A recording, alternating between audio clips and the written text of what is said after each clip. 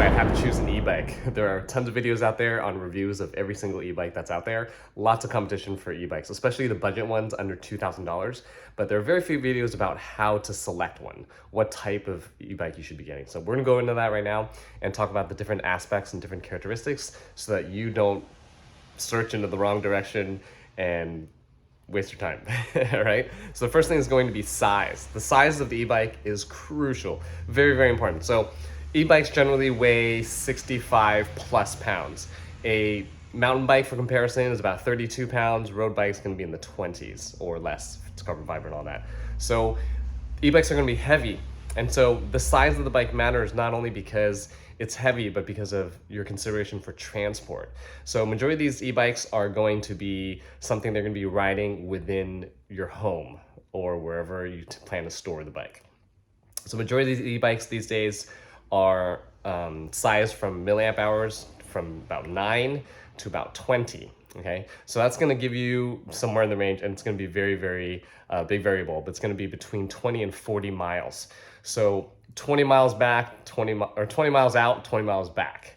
And you're going to give yourself some space. So you're going to think about maybe 15 miles out and 15 miles back, and you're not necessarily going to one destination and then coming back immediately. You may be running errands, going back and forth, going to a number of places. So you're gonna have your e-bike within 15-mile radius of where you live generally, okay? If you wanna transport the bike to a further distance than that, then you need to take that into high consideration. So a normal bike rack that goes on the trunk or the hatch of an SUV or hatchback, those are rated no more generally than 35 pounds, okay? So that is about half the weight of the average e-bike. And I have put my e-bike on that rack, not knowing, and not safe, pretty sketchy, and it tilts to one side because usually the weight is on the back where the hub motor is, unless you have one of those mid-drive motors. So if you are going to transport the bike, number one, it either needs to be a folding bike, and we're going to talk about that in a little bit more detail, or two, you're going to have a hitch on your car. Okay, the prices for hitches range drastically. For my BMW i3 right here, this one right there, the hitch for that is about $450, and that doesn't even take into consideration the price of the rack itself. For the CX-5 here, that hitch is actually only $155. So the prices for the hitches range drastically. So the hitch is a little square thing that mounts to the back or the chassis or the bumper of the car, and you need to buy the rack separately. So the cheapest rack I found that is designed for e-bikes, or at least the weight capacity of an e-bike, is $350. But generally you're gonna be looking at about $550 to $750. So think that if you're gonna be transporting your bike on a rack that is designed for the weight capacity, it's gonna cost you like $1,000, assuming you don't already have a hitch and you don't already have a hitch rack. So we talked about the weight of the e-bike. Let's talk about the size of the e-bike. If you're doing all your research online and you're watching all those videos of people running up hills and how well it does in hills and top speeds and different pedal assist modes and all that kind of stuff, you're not really understanding the size of the bike, because in person, these electric bikes are fairly large. So when you're riding those, especially the new fat tire bikes that are about 3 to 4 inches, generally about 4 inches wide, those things are massive. The ones that look like a standard diamond frame bike, those ones are also massive. So just keep that in mind as you're looking for a bike. What I'm considering a budget e-bike is a e-bike that's under $2,000. In order to have that low price tag, all these manufacturers are including a rear hub motor. Okay, so there's 3 options for electric bikes in general as far as drivetrain, and that is front hub motor, rear hub motor, and mid-drive. Okay, front hub motor, you just don't want. I think manufacturers have figured out that it's not really a good idea to have so much weight on the turning wheel, and so front hub motor options are basically gone. Okay, so you're only going to see rear hub motors. The mid-drive is going to be in the higher end options like Reese and Miller and Tern, okay, who have mid-drive motors. And those companies use a mid-drive motor by a company called Bosch. And Bosch has pretty much taken over the entire market 100%. I haven't seen any mid-drive on a retail bike that is anything other than Bosch. Okay, so what's exciting though is that Bafang, the company that creates these budget hub motors, okay, and they've been around for at least 11 years because that's how long I've been in the electric bike circuit. And I'm sure they existed prior to me even knowing about them or being exposed to electric bikes in general. And so Bafang has been around for a while and they've created their own mid-drive system. And so they exist already, okay? But they haven't yet, as far as I know, had completed conversations and negotiations with manufacturers of bikes or bike frames to put their system in it. So if you're not in a hurry for an electric bike, then, I'm not gonna tell you to wait, but perhaps, and my guess is as good as anyone else's because there's no rumors or news really that's substantial, but these units have existed and they're creating them, but they're just not in bikes available at market yet. But I have a feeling that one day that'll happen and we're gonna see budget mid-drive e-bikes, which is going to be a game changer. So, but in the meantime, we have rear hub motor driven e-bikes, and that's what we're gonna be talking about today. Before we get too deep into budget e-bikes, you're gonna wanna know what you're not getting when you're buying a budget e-bike as opposed to something higher end. Okay, so we're gonna name them off. One is gonna be, you're not gonna get mid-drive. You're not gonna get a belt-driven system. So some bikes, believe it or not, are actually driven by a belt rather than a chain. And so those belts are made of rubber and they do not stretch like chain would. So they last longer and then they don't require grease, so they're a lot cleaner. And because belts don't hop from gear to gear, it's going to match with a rear internal gear hub. So you're gonna have many more gears on a higher end bike that uses a mid-drive at the crankset and a internal gear hub in the rear. Another thing you're not gonna get with a budget e-bike is going to be higher end tires. Okay, we're gonna have kind of generic made in China, unbranded or maybe branded tires as opposed to something that's like by Schwalbe that you'll see on the higher end bikes. Another thing you're not gonna see on budget bikes is generally going to be hydraulic brakes. So there's gonna be mechanical brakes and hydraulic brakes. Both are gonna be disc type brakes, but the budget ones will generally not have hydraulic. Another thing that you're not gonna get with a budget bike as opposed to a higher end bike is going to be a torque sensor. So we're gonna talk a little bit later about difference between torque sensor and cadence sensor, but basically with a torque sensor, you're gonna get more immediate feedback with how the pedal assist engages. Another item that you may be overseeing when you're looking at budget e-bikes is gonna be the components. If I don't know, maybe you noticed, but I've been looking at a lot of budget e-bikes in person and online, and all the shifters are exactly the same. Like literally, they're all the Shimano XT, I think XT30 or XT50. And I got the right side shifter for my bike off Amazon for literally $16. So I can imagine the wholesale price for that shifter is gonna be a lot less. So the components for higher end bikes are gonna be higher end and they're gonna shift a little bit smoother, a little bit better, a little bit more tight and reliable. But the budget shifters, I think, work fine for my needs and most likely will work fine for yours if you're looking for a budget e-bike under $2,000 as opposed to something that's double that in the category of like a company by turn. In a minute, I'm gonna talk to you about folding bikes and I'm gonna show you one, okay? Because a lot of you are thinking, folding bike, that's a great feature. Yeah, then I don't need a bike rack, I can just put it in my car. And that's probably the extent of what you're thinking, but there's a lot more to it. So the folding feature of the bike is not really a feature because it's not like you have other things and then, oh, this one is folding, that's great. There's lots of sacrifices in having a folding bike. The folding bike is generally going to be a little bit lighter, and because it's lighter, it's gonna have a smaller battery pack. And a lot of the budget ones you see these days, the battery pack is hidden inside the frame, okay? And so for you to remove the battery, you are also going to need to fold the bike to basically expose the cavity or the opening where the battery is pulled out, all right? So when you do that, it may not seem like a very inconvenient step, but it is something you're gonna have to do. You're gonna be folding, unfolding, folding, unfolding when you're moving the battery. Okay, that's something to consider. And number two is a lot of people who are riding bikes or e-bikes may want to ride with a partner or a friend, a wife, a son, a daughter, a girlfriend, boyfriend, partner, whatever.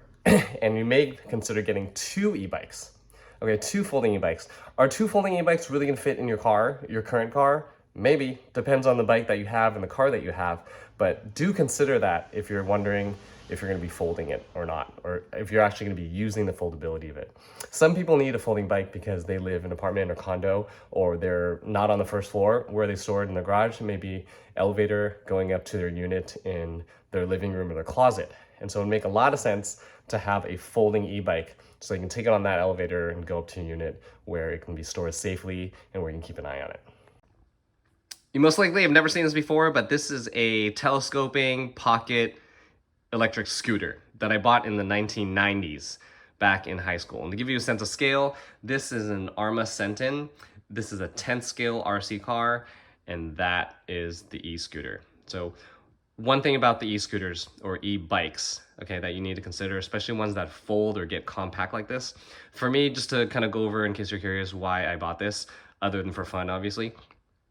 I bought this and had used it for not going to work, but the parking lot that was near my work was really expensive, and the company did not pay for the use of that parking lot. So then I had to go to a parking lot that was further away, and so I would drive to that parking lot and I would ride this guy to the office. So it's just a matter of blocks. It's maybe not even a mile, but that's how I used it. The reason I want to bring this up is because scooters or e-bikes that are of this size, not this size, yours is gonna be a lot bigger, but that is foldable, will have some sacrifices. And some of those sacrifices is going to be the battery, okay? It's gonna be the range. When you have a bike that folds, it's generally gonna be more compact, generally gonna be lighter, and the battery is a big portion of that weight. And so where they cut weight, a lot of times it's going to be the battery, and then just the design of how it integrates into the bike, whether it's in the tube or whether it's built into the seat tube or whatnot, it is going to be lighter and therefore less range. So be aware that you are sacrificing generally range so that the bike can be compact.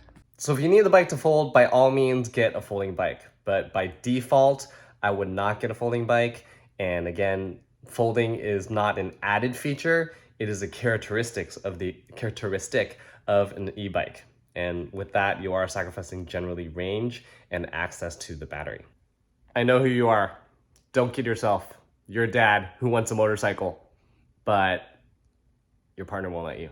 So you're thinking, let's get a bike. It's a bike. Okay, but that bike, you want it to go 30, 35 miles an hour. Don't do it.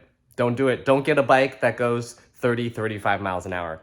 If you want a motorcycle, be honest with yourself, get a motorcycle. Or get a scooter, or a motor scooter, or an electric scooter, or an electric motorcycle, okay? Don't kid yourself, we're talking about bikes, okay? These are bikes that go under 30 miles an hour. I know some of you wanna go beyond the 20 mile per hour limit and get to 28. I'm all for that, but if you're going faster than 30 miles an hour, and the purpose of getting the bike is because you just want something bike looking that is acceptable as a bike, don't do it. Get the motorcycle you want or get the scooter that you want, okay? If that's what you want, okay? We're talking about bikes here. All right, so motor scooter versus electric bike. So my friend was saying, Brian, why are you looking for an electric bike? Why don't you get a scooter? Scooters are fairly cheap these days. This is a Yamaha Vino 125. And I haven't looked at the prices recently, but I'm guessing they're gonna be under $2,000. An electric bike is also gonna be under $2,000.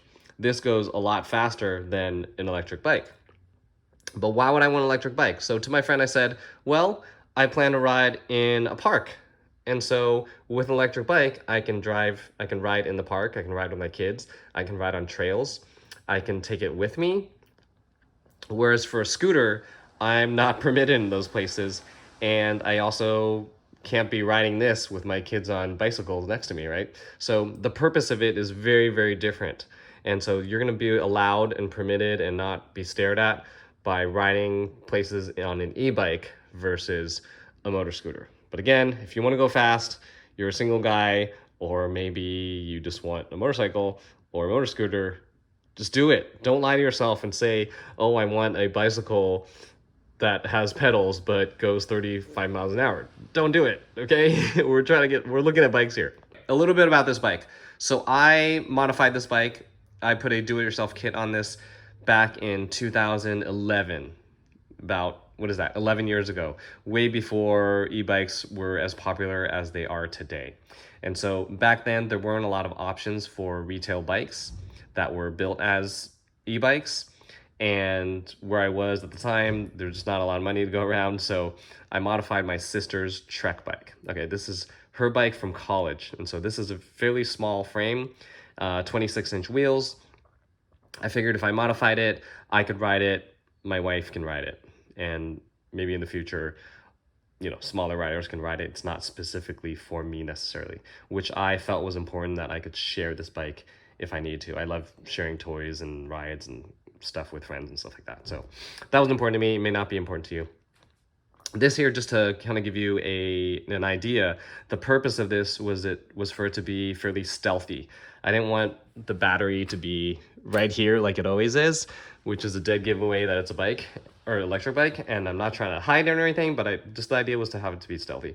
And so the battery is in this bag right here. The controller is going to be in here, and I have a tiny, I believe it's a 500-watt motor, okay? And it is geared. So that's one thing we want to talk about. The reason I want to bring this up is not to show you my bike that no one's going to steal, because it doesn't look all that great, okay? It's to talk about the gearing. So some electric bikes will only have one gear. One gear. An electric bike with one gear. Keep that in mind.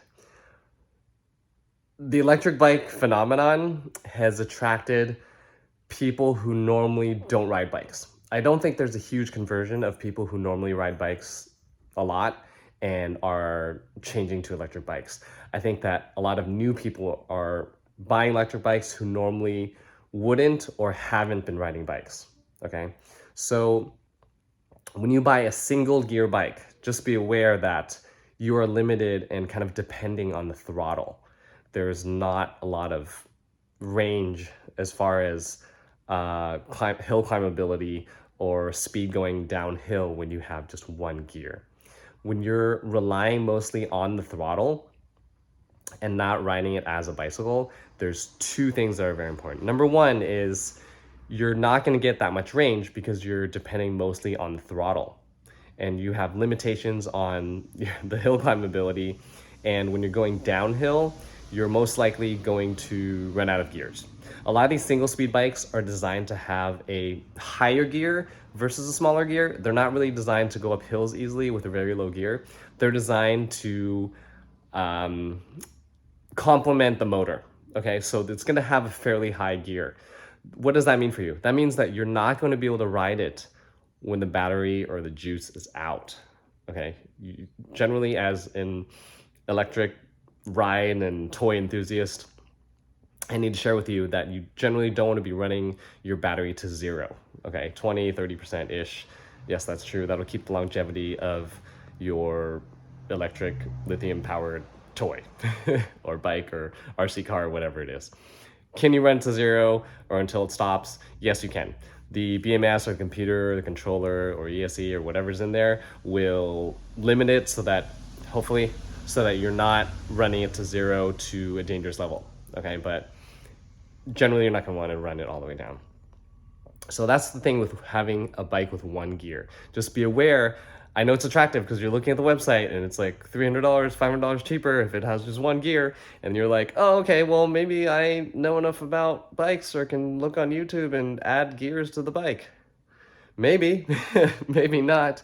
Or maybe you just don't want to do that, okay? There's nothing to be embarrassed about that you're not mechanically inclined to be doing stuff like that, okay? So if you want a bike that has gears, go for it. And I say that is the default should be getting an electric bike that has more than one gear.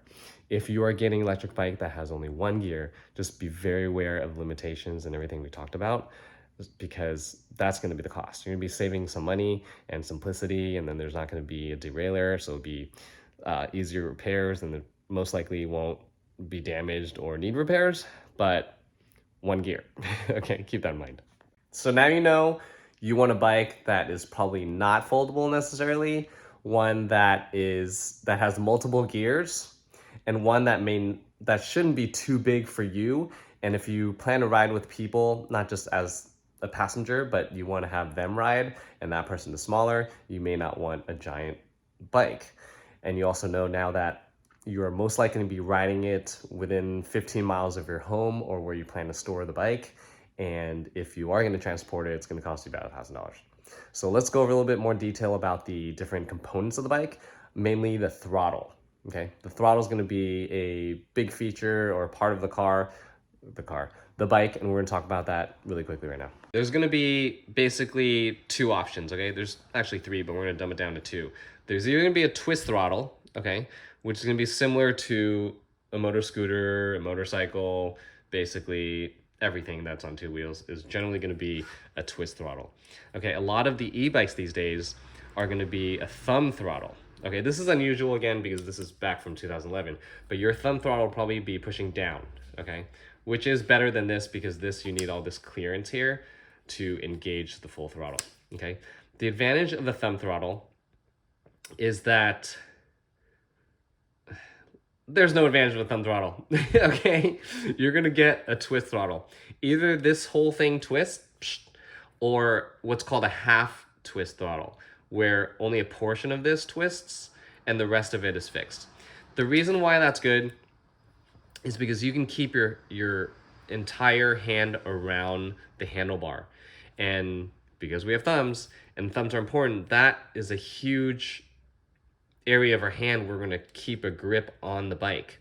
When you have your thumb sticking out like this, basically it's just your fingers, not even your palm, okay? Your fingers that are holding the bike, and then you're engaging the throttle roughly around here. So when you're doing that, the stability of holding the handlebar with literally this part of your hand and your fingers is not going to be as good. If you are on completely paved roads and there are no bumps and you're not worried about roots on sidewalks or stuff in the street, then you can get away with that. Okay, but for most people, for just utility of flexibility of roads that they go on, they're going to want a throttle. And I prefer a half throttle, which I'm going to convert this to eventually. The parts are on the way. The advantage of the twist throttle, half twist throttle versus the full, is that you're not going like this by accident. Okay, it's very intentional to be twisting here versus the entire thing. Okay, and then that way these fingers can still have stability, and you have grip with your thumb, and you can turn all at the same time, and you have a lot more handlebar space for stuff like computers or lights or bells, power button, things like that, that you otherwise may be limited to if you had a thumb throttle. Some electric bikes you'll see have a throttle on the left side, which is starting to be more and more common. And before you knock that, there's a reason for that. Okay, the reason why we have options of bicycles with throttles on the left side is not because they're idiots. It's not because they're in other parts of the world where they do things backwards. It's actually America who does things backwards. But it's actually because when you're changing gears, not primarily, all electric bikes that are made as electric retail do not have an adjustable chainring up front. All the gearing is going to be done in the back with the cassette or the freewheel. What does that mean? That means all your gear changes are going to be on the right-hand side. Okay, so if you're holding your bike, you're doing throttle, you're changing gears, all with one hand, you can only do one of those things at a time. You can't change gears and throttle at the same time, right? So by having a throttle on the left side, what that does is it allows you to use the throttle at the same time or immediately after before changing gears with your right hand. So there are advantages to having throttle on the left side. But because I am used to motor scooters and bikes and electric bikes and all that kind of stuff, all the throttles are on the right side, and I just prefer that because that's what I'm used to. If you're new to it, there's advantages of having that, but just know that having throttle on the left side is unusual, but don't knock it so fast. There are advantages. Another component is going to be the motor. In the United States, the maximum motor wattage is going to be 750 watts. In Europe, the maximum is only 250 watts. So if you're in the US and you're looking for an e-bike and you're looking at the motor specs, just know where you are relative to the standard. And the standard and the maximum in the United States, again, is 750. And a lot of manufacturers boast 750 and they put those figures on their website. So if you're looking through a website and you see that they don't show off the wattage, it's probably very low. The other day I saw this gorgeous looking bike actually in person, and I saw it online too. And it has amazing looking frame, like not just the run of the mill comes out of every factory in China kind of thing. And it was an amazing looking frame and designed very well. And I looked at the specs and it's $3,000. I looked at the specs and it's 350 watts. So it's like half this thing. So quickly turned around, said no, and then didn't really need to go to the website anymore. But 750 watts again is going to be the standard in the United States, which is also the maximum, and 250 in Europe. The reason why we're talking about that is so that when you're looking at specifications for an e-bike, you can quickly compare that. Okay, so if you look at an e-bike that you think you might like and it has 350 watts, then you know everyone else pretty much has 750 watts. Are you okay with a lower size wattage for the motor? And maybe you are. Maybe you don't go up hills at all and you're not looking for very much speed and you're okay pedaling or even prefer pedaling, then it can totally be fine. And those bikes are generally gonna be cheaper and you have that advantage. But just know where you are relative to it. If I don't know you, who I don't know you, then I would say get a 750 watt motor. And if there's special situations where you're looking for something less or able to tolerate less, then by all means, more power to you. I'm not going to convince you otherwise, but just whatever wattage you're looking at, just compare it to 750 if you're in the United States. Another component on the bike is the gearing. So this is a 7-speed, and you'll see it's 1134T. T means the number of teeth. The larger gear is the lower gear. So the bigger gear is, the more easily you can climb hills. The smallest gear is, the more you can go downhill without running out of gears, and you can still pedal and feel resistance. So if we're comparing, so this one is an 1134. So if we had, for instance, an 1138, that would mean that the downhill ability is the same, but it would be able to climb uphill better.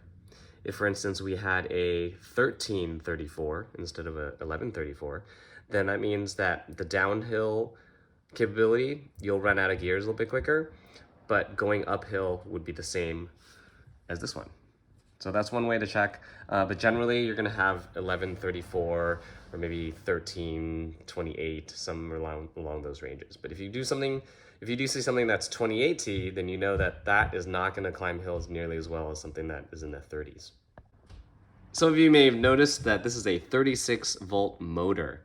So these kind of motors generally can accommodate a little bit higher voltage. So it's called overvolting. So this bike, even though it was designed, or the kit was designed as a 36-volt system, I do have 48 volts in here, and that's called overvolting. And the result of that is higher RPM for the motor, and that will spin the motor a lot faster.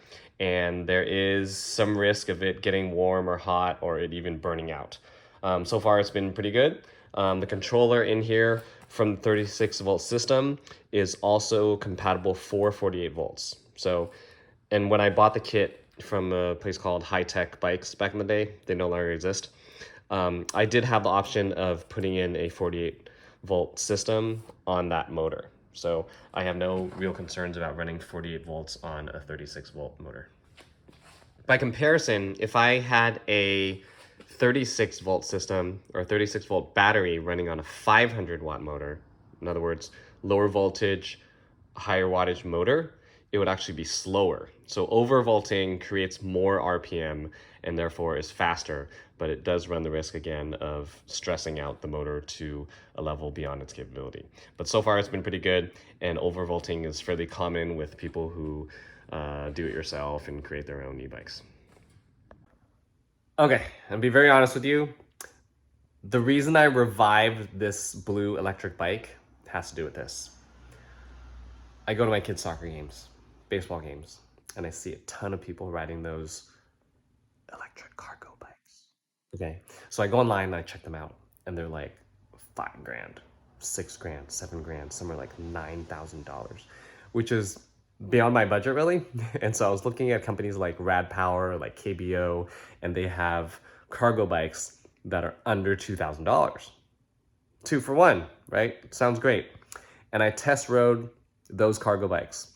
And I have 2 kids. And I was thinking, how cool would it be if I could find an excuse to ride and take the 2 kids with me? And after test riding, I found that for me personally, with as much or as little experience as I have, riding a bike that is that long and that heavy with hills and possibly having to stop mid-hill and just riding in a big city where it's not necessarily the safest as far as road design or safe as far as people is concerned, I felt that that was somewhat more of a dream, and I got over that. And like, okay, we're not getting a cargo bike.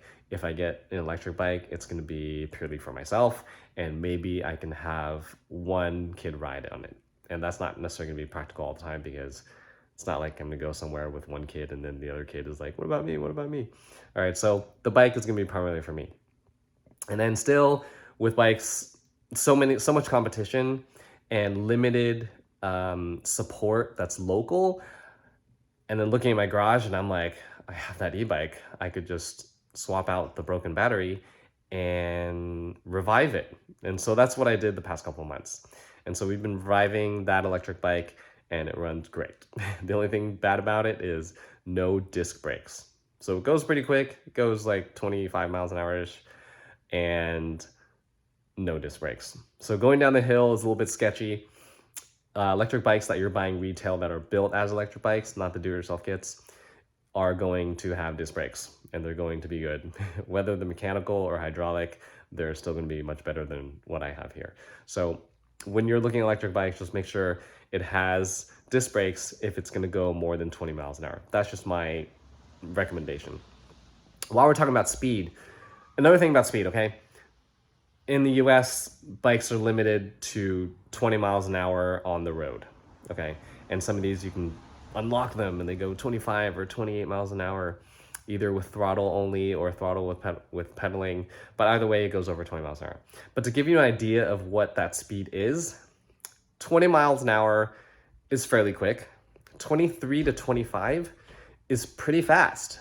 I would consider that pretty fast and borderline, not necessarily dangerous, but it's where you want to pay attention. If you're running in the city, you're going to want to wear a helmet. So that's the kind of speed. 25, 23-ish is considered pretty fast. So when you're getting to 28, 30, that's just ridiculously fast. And you're going to need a bike that has a lot better brakes, more stability. You really need to know what you're doing. And so for most people, you're going to be looking at a bike that goes from 20 to 25 miles an hour. And don't be shy about accepting that, or don't think that you're tolerating something or you're compromising. 20 to 25 miles an hour, especially 25, 23, is very good. Another thing that is very important that may narrow down your selection hardcore, and that is you want a bike that is backed by an American company. Okay? Lectra, Rad Power, Juiced.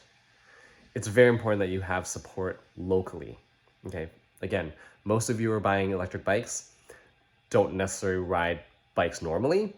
Not that you can't ride a bike or that you shouldn't ride a bike, but you may not have the capacity or even interest in repairing it, even if it's a mechanical thing.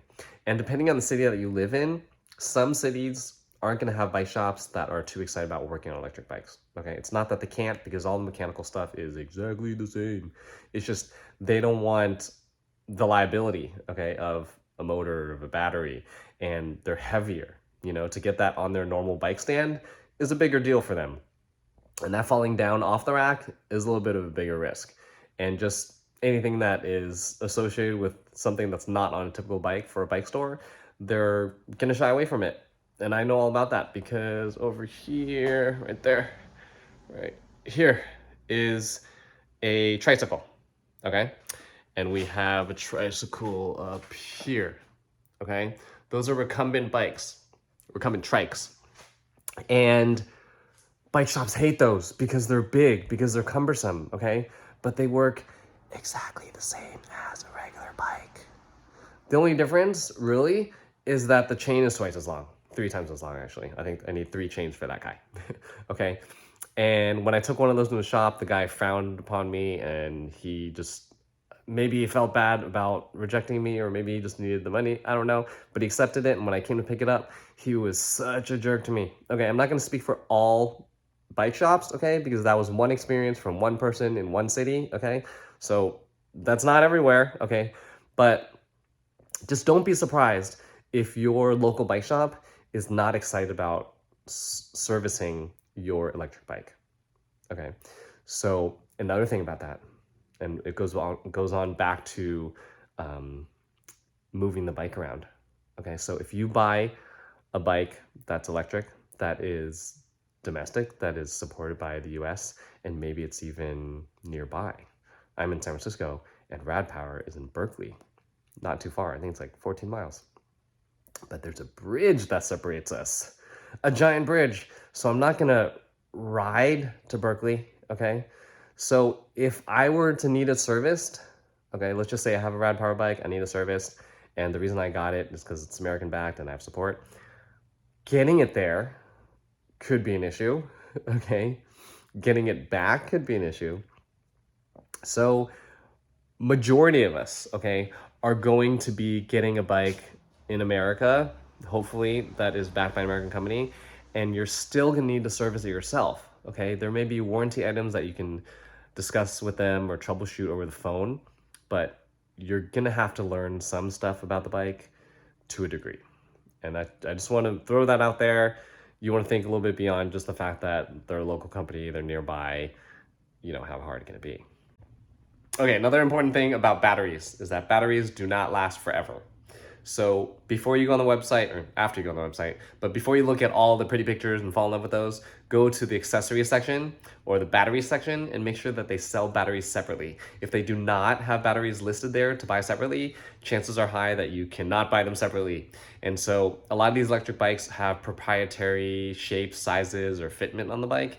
And if you can't buy a new battery and the battery goes out, then you're stuck with a frame that doesn't have a battery that you can replace, and you don't want to be in that position. So that is one of the highest priorities. Okay, there's a few more things we need to talk about, and one of those things is budget. Okay, so when you're looking at the price on the website, generally it's going to have free shipping. Hopefully it has free shipping, but don't forget you got to pay tax. And most people who are going to buy an electric bike are going to buy accessories, and most of those accessories are going to be storage options. Okay, a lot of these e-bikes have lights, and they brag about how there's like a rear brake light too, and how many lumens their headlight is and all that. So generally you're gonna have a headlight, but no storage options. It may or may not come with a rack. Okay, so if you're buying a cargo utility e-bike or plan to have a passenger on it, then you're gonna have to buy the passenger kit, or you're gonna have to buy the rack itself, or you're gonna have to buy some panniers, or you're gonna have to buy handlebars, or this and that. So those things add up, and they're not necessarily cheap, okay? They're probably about $80 to $150 for each accessory. Okay, so add that on, and of course there's tax on top of that. Another accessory that does not come with most e-bikes is going to be a mirror. Okay, this is a very tiny mirror. I love this because it folds away. I don't think they make this anymore. These were about $12 each, so fairly expensive, I would say, for a mirror. But again, if you're gonna ride in the city and you're riding an electric bike and you're buying a new one, it's probably not gonna come with mirrors, so that's something you wanna consider as part of your budget. Electric bikes generally do not have a place for water bottles. That's one reason why I wanted this stealthy, is so I can keep that open space for my water bottle as opposed to a battery. While we're talking about that, let's talk about security. So a reason why I wanted this bike kind of stealthy is so that people aren't looking at it thinking it's this big expensive thing. Okay, so if you're going to be spending a lot of money on an electric bike, just know that majority of the retail options out there, it is very obvious that it's an electric bike. Okay, it's not going to look as stealthy like this with, you know, small motor, no battery in the frame, and no headlight, at least not one right there, no brake light. It's going to look like an electric bike. All right, so you're going to have to budget also for a comparable lock. And even the Kryptonite's highest rated New York Forget About It lock, I saw that picked in less than 2 minutes. Don't ask me where I saw it picked, but I saw it picked and it took 2.5 minutes. So chain locks, all that kind of stuff, they can be compromised. Okay, so just be aware that if you're spending, even if you're willing to spend so much money on an electric bike, it is going to be vulnerable depending on how you use it, where you store it, and how often you're away from it, or even in a garage. I mean, there's neighborhoods where people break into garages and steal bikes. The thing I want to touch on is going to be handlebar style. Okay, there's going to be cruiser style where your handlebar hands are quite high up, and there's going to be more like a road bike style where they're a little further down, and some stuff in between. So as you're riding, hopefully you get a chance to test ride these, or at least you're looking at it, take into consideration the handlebar position, and because that's going to govern how you're going to ride it. And some people may be very against one sort of riding position versus another. So just, that's something to be worried about. Not worried about, but just consider that. Look at that. Consider that. Don't just look at all the other specs. Speaking of which, when you're looking at a website, you're going to look at 48 volts, check. 15 milliamp hours, check. Another aspect is going to be sensors. Okay, so for pedal assist, there are going to be two types of sensors: cadence sensors and torque sensors. Okay, majority of them will have cadence sensors because they're cheaper. Okay, I can and bought a cadence sensor for my bike here for literally $11 shipped to my door. And an equivalent torque sensor would cost $60. Okay, $11 versus $60. And so majority of the bikes are going to come with a cadence sensor. And what cadence is, it senses how fast you're pedaling. And so it's going to assume that the faster you're pedaling, the easier it is for the rider. And the slower you're pedaling, the more you're struggling and the more help you're going to need. Okay, so for it to judge your speed, it's not using GPS and it's not using anything else. It is using literally magnets that check how fast you're turning the crank arms, okay, how fast you're pedaling. And so it takes time to calculate that, and it takes time for that motion to happen to calculate, okay? And so there will be a little bit of a delay, and don't be, disappointed by that. A vast majority of electric e-bikes in the budget sector under $2,000 are going to have only cadence sensors. If you see something that has a torque sensor, then that is very good. Okay, some have torque and cadence sensors. And a torque sensor senses how much pressure or power or whatever you're putting into the pedal. So it's not just judging the speed at which the pedal is already moving, but it senses how much pressure is being put on the pedal before it moves. And so because it does that, the torque sensors have pretty much instantaneous response as far as how the pedal assist operates. Okay, so expect a delay with cadence sensors, not necessarily a bad thing. It's kind of the standard right now.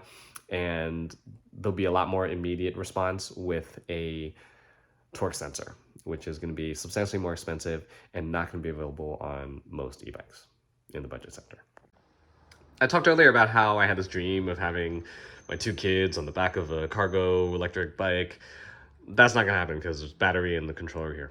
Okay, but for those of you who are looking at a bike that has the capacity or ability to have a passenger, just know that a lot of those weight limits are gonna be about 65 pounds.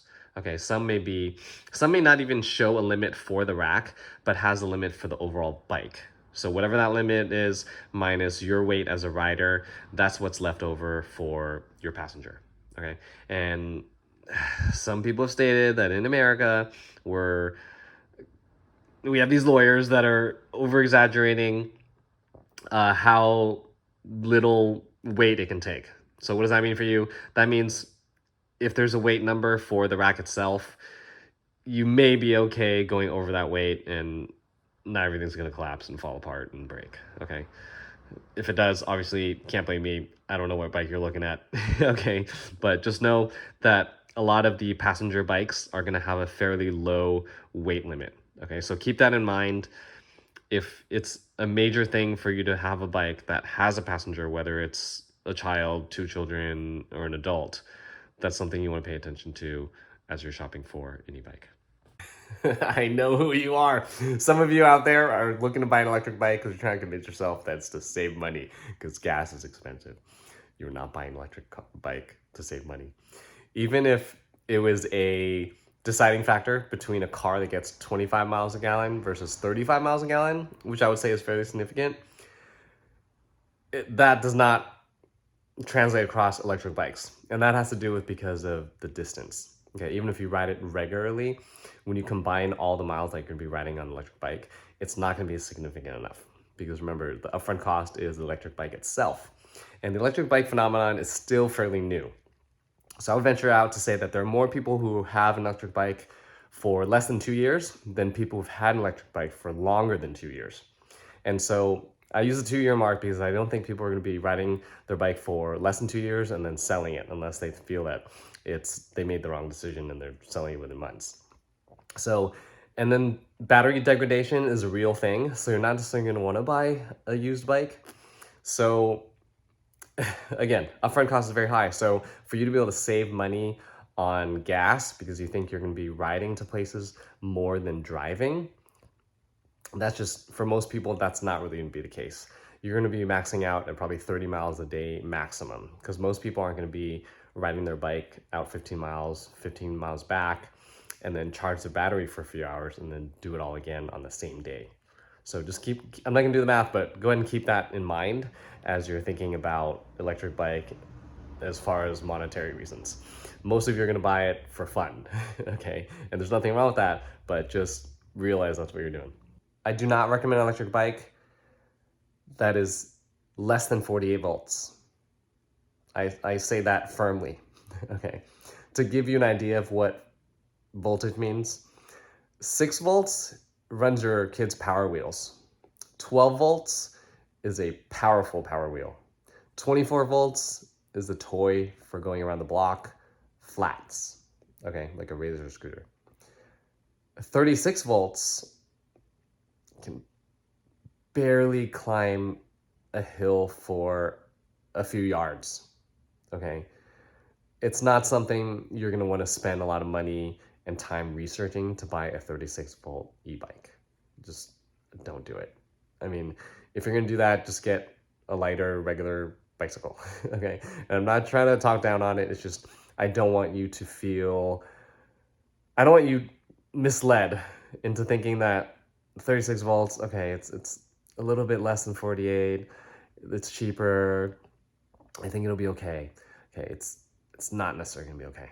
Okay, that blue bike that I have, this one, was 36 volts, okay? That's how I know. And it can't go up hills on throttle alone, it still can't, but not even close, okay? It's quite disappointing of how little hill climbing ability an electric bike has, and mind you, this is lighter weight than a retail electric bike. Can't climb hills on 36 volts. Okay, there's gonna be people who say, of course it can, if it's geared right, blah, blah, blah. Yeah, I mean, sweating a little bit if it's geared down perfectly, but for most people, okay, who are looking for an electric bike, get 48 volts, okay? That's basically the standard. What is 52 volts for then? And what about higher than that? 52 volts are basically sports bikes or juiced. A company called Juice Bikes, they make 52 volt electric bikes, and they only make 52 volt electric bikes. So you have more power there, and they actually have bigger batteries too. Let's talk about that. Battery size. Okay, you're looking at voltage, we just talked about that, and now we're gonna talk about milliamp hours. Okay, milliamp hours, think of that as the gas tank. How much gas is in there, okay?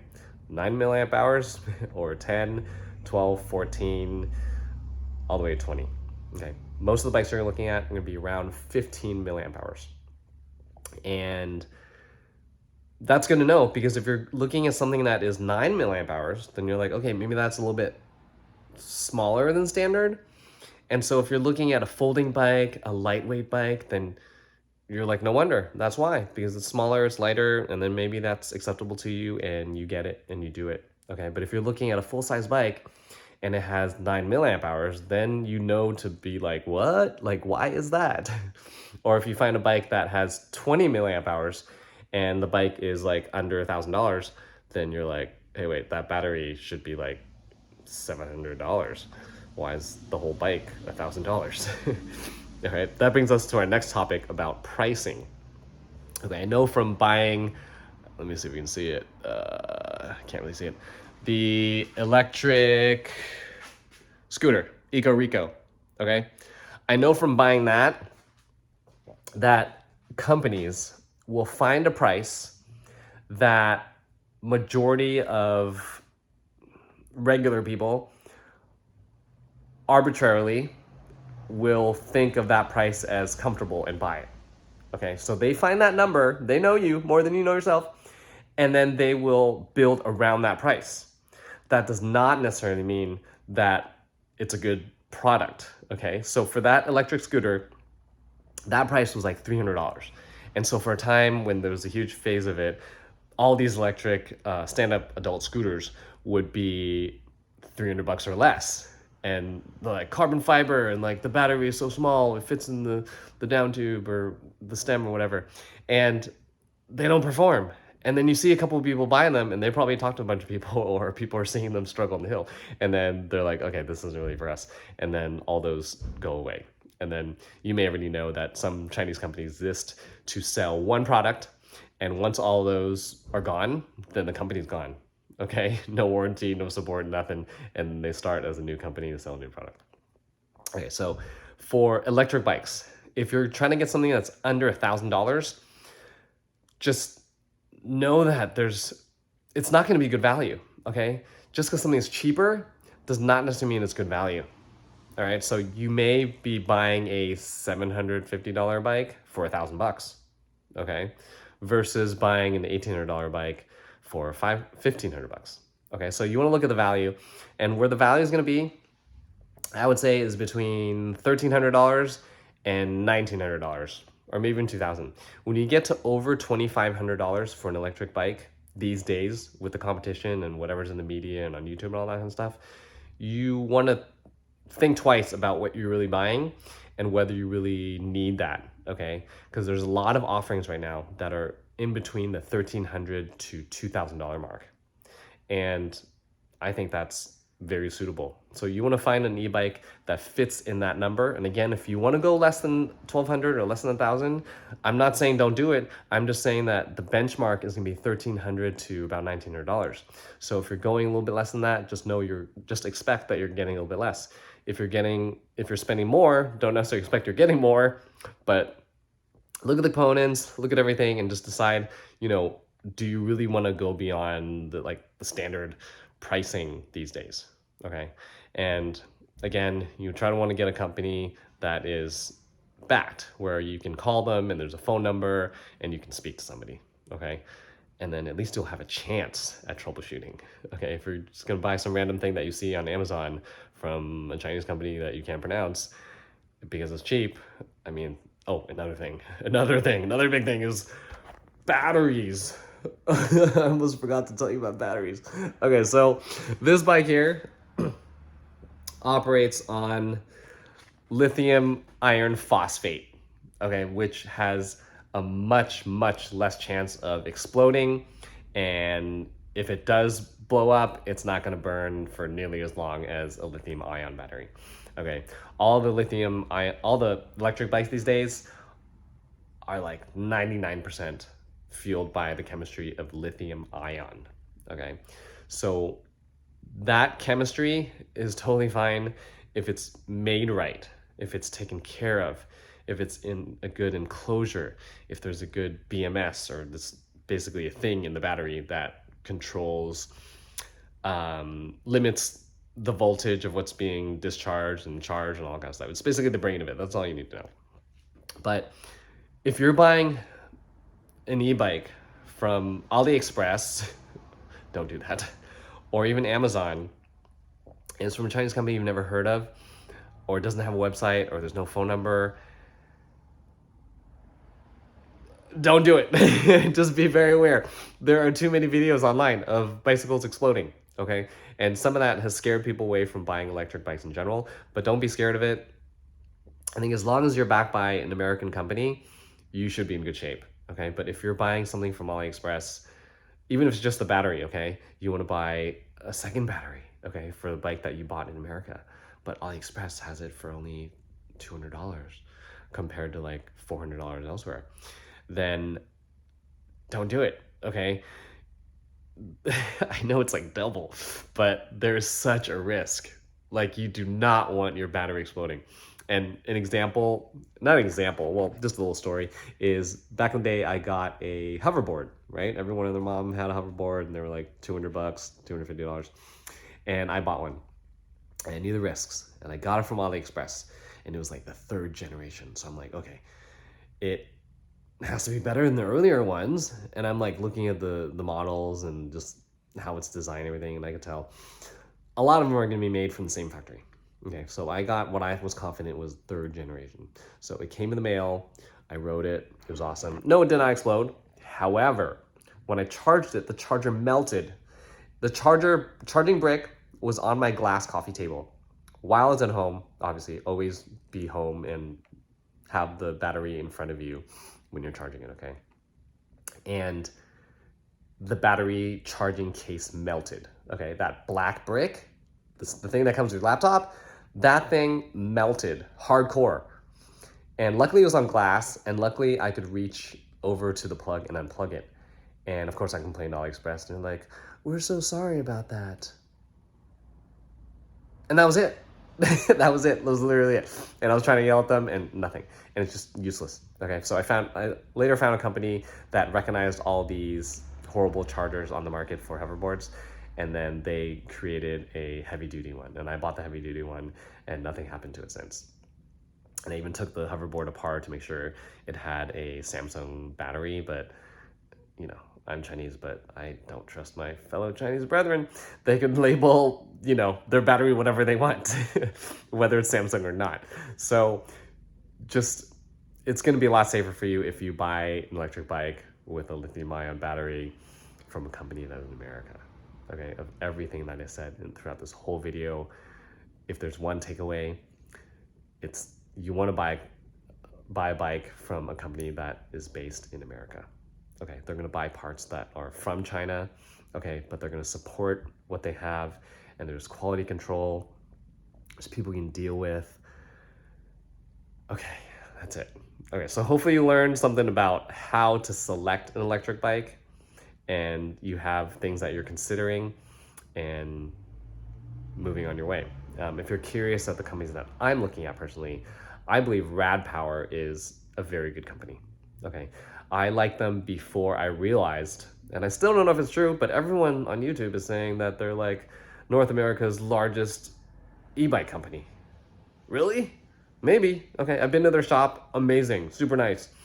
And the people who work there, super nice. Like they like working there. Like they treat them well. They're selling a product that they actually like, okay? And they do test rides all day long. And so they have brick and mortar stores, and I highly, highly look up to the company, and they've created some very good products at very, very reasonable prices.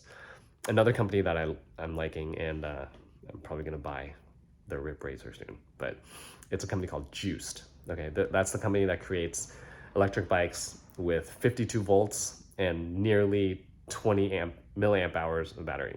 Okay, so it's going to be huge battery, which isn't always good. Okay, let's kind of, I forgot to touch on that. You don't necessarily want to buy a bike that has the biggest, largest battery, okay? Because an empty battery does not weigh any less than a full battery. What does that mean? That means you're lugging around extra weight if you're not going to be using it. Okay, it's just like an EV. Everyone wants 300 mile, 250 mile EV, right? But they only drive 50 miles. So they're lugging around all this extra weight. And who cares about efficiency? Who cares about, you know, being green? Well, it's not just about that. It's about your dollars, okay? You're paying more for a battery that you may not necessarily use, and the performance of a larger capacity battery, not higher voltage, but larger capacity, meaning larger milliamp hour battery, isn't giving you more performance. It's gonna downgrade the performance, okay? To get twice the range, you're gonna need at least twice the battery, Okay, it's not going to be a linear conversion. Okay, because the electronics need to carry its own additional weight before you see any improvement or increase in range at all. So be very careful that you're not getting too big of a battery, because number one, you're paying for it in dollars and performance and weight, and it just might look funny on the bike if it's too big. I don't know. Okay, so Rad Power and Juice, those are companies I'm looking at. Do your own due diligence. As always, there are no links in the description because I am not an affiliate of anybody. This is just, you get it if you want to. Feel free to comment below if you have any questions. I am experienced with tricycles, electric bikes, electric scooters, hoverboards, do-it-yourself conversions, things like that. And I also have a cruising cooler, which is a electric ice chest. So we'll do a video on that maybe later. But anyway, take care, goodbye, and hope you learned something.